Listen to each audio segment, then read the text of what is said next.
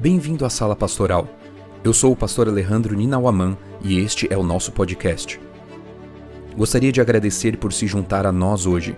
O meu sonho é que sejamos uma igreja organizada para amar e servir, e espero que esta mensagem o inspire e motive a dar o próximo passo em sua jornada com Cristo.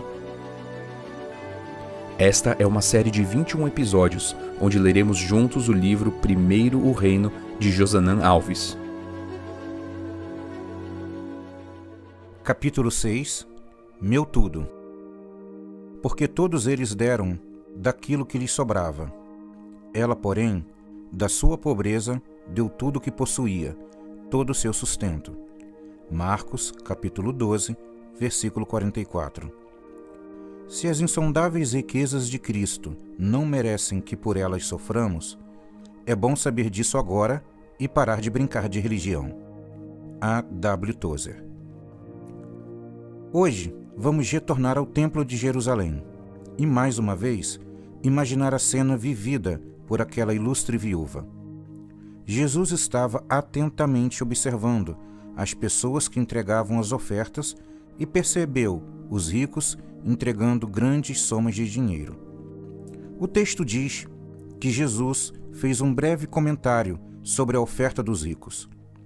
Ele disse que eles estavam dando daquilo que lhes sobrava. A palavra que Jesus usou para falar que os ricos doavam daquilo que lhes sobrava é a palavra grega perisseu. Ela ocorre no Novo Testamento 39 vezes e pode ter uma conotação positiva ou negativa. No sentido positivo, ela é usada para dar a ideia de plenitude, e no sentido negativo, ela é empregada para falar de excesso. No sentido positivo, por exemplo, ela é usada na história dos 7 cestos de alimento que sobraram após a multiplicação dos pães, em Marcos, capítulo 8, versículo 8.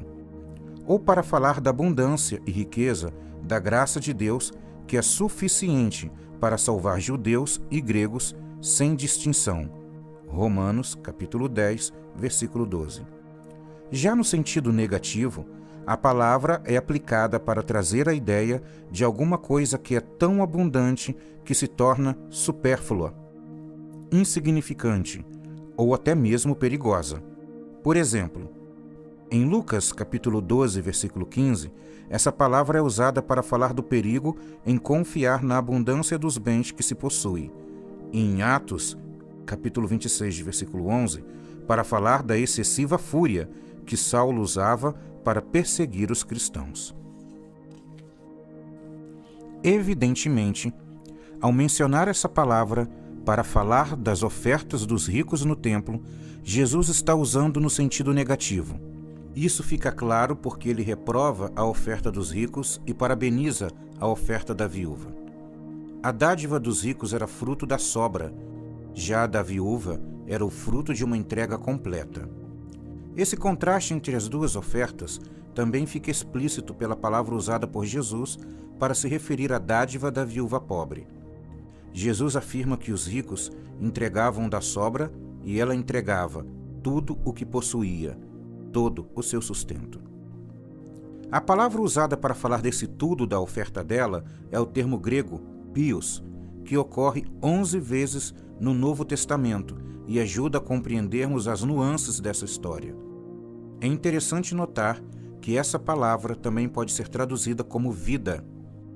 É dela que vem a palavra biologia em língua portuguesa, que significa estudo da vida.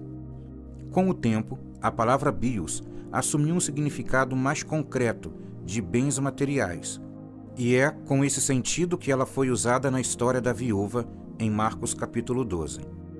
Outro exemplo do uso dessa palavra é na história do filho pródigo, quando é dito que ele gastou todos os seus bens com prostitutas. Lucas capítulo 15, versículo 30. Veja que coisa espetacular! Quando alguém lê em grego o relato da história da viúva ou do filho pródigo e se depara com a palavra bios, pode chegar à conclusão de que a viúva estava ofertando não apenas moedas, mas a vida. E que o filho pródigo desperdiçou não apenas a herança, mas sua vida, pois vida e riquezas estão unidas no significado da palavra bios. Você compreende a profundidade dessa ideia? Quando alguém se afasta da casa do Pai, a grande tragédia não é que ele esteja desperdiçando as horas do sábado, ou o dinheiro dos dízimos e das ofertas, ou o uso dos dons. A verdadeira tragédia é que ele está desperdiçando a própria vida, e com ela todos os recursos que Deus outorgou. Por outro lado, quando alguém é fiel a Deus em relação ao tempo, corpo, aos recursos e talentos, será capaz de viver a vida com a abundância que Deus oferece. Outra lição muito importante é compreender o tamanho da oferta da viúva. Jesus afirmou que ela entregou tudo.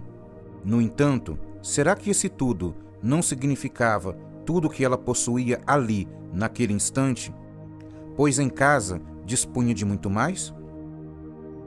Na verdade, quando a Bíblia afirma que ela entregou tudo, também quer dizer que não lhe sobrou absolutamente nada. Naquela oferta, ela estava entregando seu futuro nas mãos do Deus a quem ela fora adorar. Jesus não estava dizendo que ela havia entregado tudo o que dispunha na hora. Ele estava afirmando que ela estava entregando tudo o que possuía na vida. Jesus disse que ela era pobre. A palavra grega usada nesse verso é ptokos, que retrata alguém necessitado de esmolas para sobreviver. Provavelmente, ela não tinha o dinheiro nem para a próxima refeição. Vamos ser sinceros. Isso não parece absurdo? Será que é isso que Deus realmente espera de nós? Que entreguemos absolutamente tudo? A Bíblia pode nos ajudar a responder esses questionamentos com vários exemplos. Um dia, Deus apareceu a Abraão e pediu que ele entregasse uma oferta. Deus não pediu os bens materiais de Abraão, nem seus servos. O pedido de Deus foi claro e específico. Ele disse: ofereça em sacrifício seu filho, seu único filho, Isaque, a quem você ama. Gênesis capítulo 22, versículo 2. O que você acha que Deus realmente estava pedindo a Abraão? Estava pedindo tudo. Certa vez, um jovem que possuía muitas riquezas foi falar com Jesus e perguntou o que fazer para ganhar a vida eterna. Ele recebeu a seguinte resposta: se você quer ser perfeito, vá, venda os seus bens, dê o dinheiro aos pobres e você terá um tesouro nos céus. Depois, venha e siga-me. Mateus, capítulo 19, versículo 21. O que Jesus estava pedindo para aquele jovem? Tudo. É interessante notar que quando o jovem retirou-se triste, porque era dono de muitas propriedades, Jesus não correu atrás dele e disse: volte, fique tranquilo, eu estava falando por parábolas. Você só precisa entregar os dízimos e as ofertas, e está tudo bem. Não, o dinheiro havia se tornado um Deus na vida daquele jovem, e apenas uma entrega completa seria aceitável. Se lermos a Bíblia honestamente, iremos chegar à conclusão de que Deus realmente quer tudo. Por esse motivo, ele parabenizou a viúva por entregar tudo. Ela é o padrão de entrega que Deus espera de cada um de nós. Certo dia, uma mãe de 5 filhos, ao ouvir um sermão, decidiu entregar o que possuía como sacrifício pela causa de Deus. Ao voltar para casa, ela procurou entre os seus pertences algo que pudesse entregar, mas percebeu que sua pobreza extrema não lhe permitia dispor de nada que fosse útil ou valioso. De súbito, ela observou seus 5 filhos, 3 meninas e 2 meninos. Ela então foi ao seu quarto e fez a seguinte oração: Senhor, não possuo riquezas materiais que possam ser usadas na tua causa, mas tenho 5 filhos e neste momento os dedico às missões. Usa-os como missionários. Alguns anos depois, todos os seus filhos começaram a servir a causa de Deus como missionários. Uma história como essa é emocionante, não é? É esse tipo de entrega completa que a história da viúva nos convida a fazer. Não é apenas uma questão de quanto você devolve de dízimos e ofertas, ou quantos sábados você guarda, ou que tipo de comida você come. É uma questão de entrega completa. Tudo o que temos e somos precisa estar nas mãos do Senhor. Precisamos entender que Deus quer tudo e que enquanto não entregarmos tudo, na verdade, não estamos entregando nada.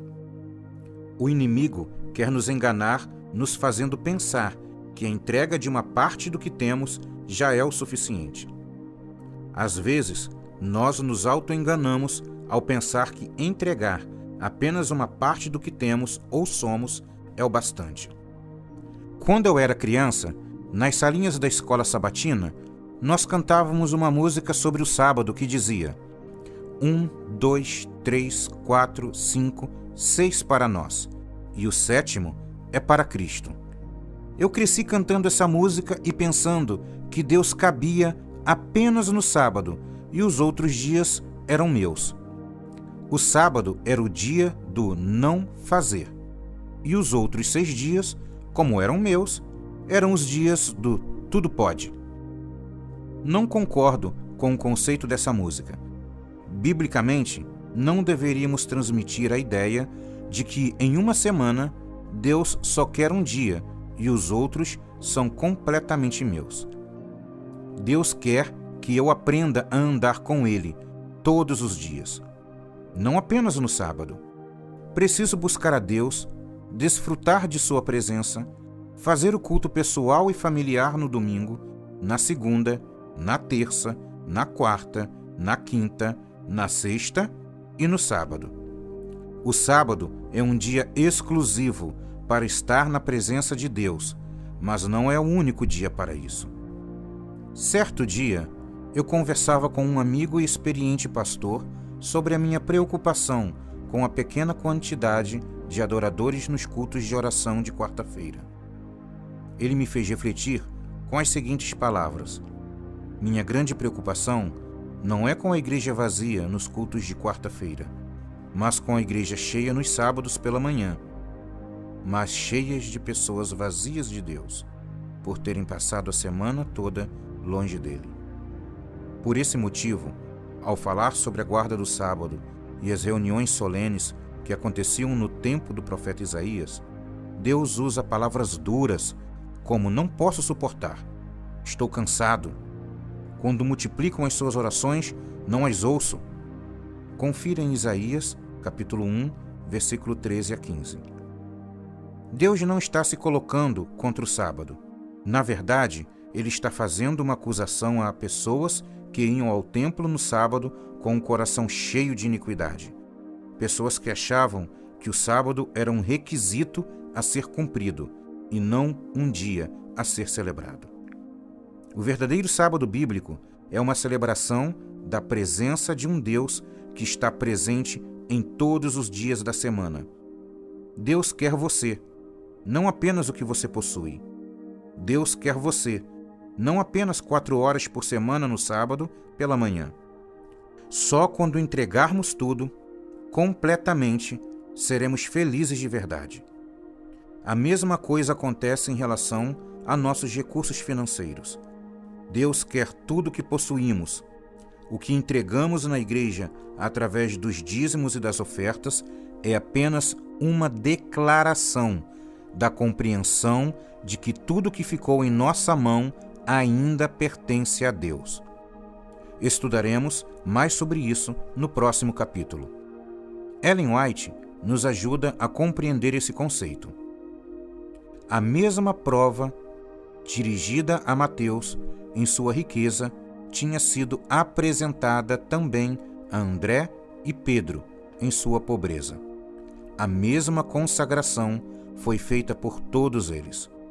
No momento do êxito, quando as redes estavam cheias de peixe e mais fortes eram os impulsos da vida que levavam antes, Jesus pediu aos discípulos, junto ao mar, que abandonassem tudo pela obra do Evangelho.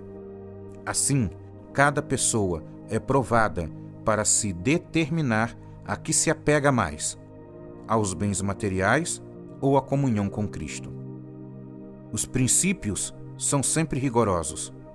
Ninguém pode ser bem-sucedido no serviço de Deus a menos que nele ponha todo o coração e considere todas as coisas como perda por causa da suprema grandeza do conhecimento de Cristo. Esse é o momento de tomarmos uma decisão sobre o tipo de entrega que faremos a Deus. Faça uma breve oração e fale a Deus sobre a entrega completa que você necessita fazer.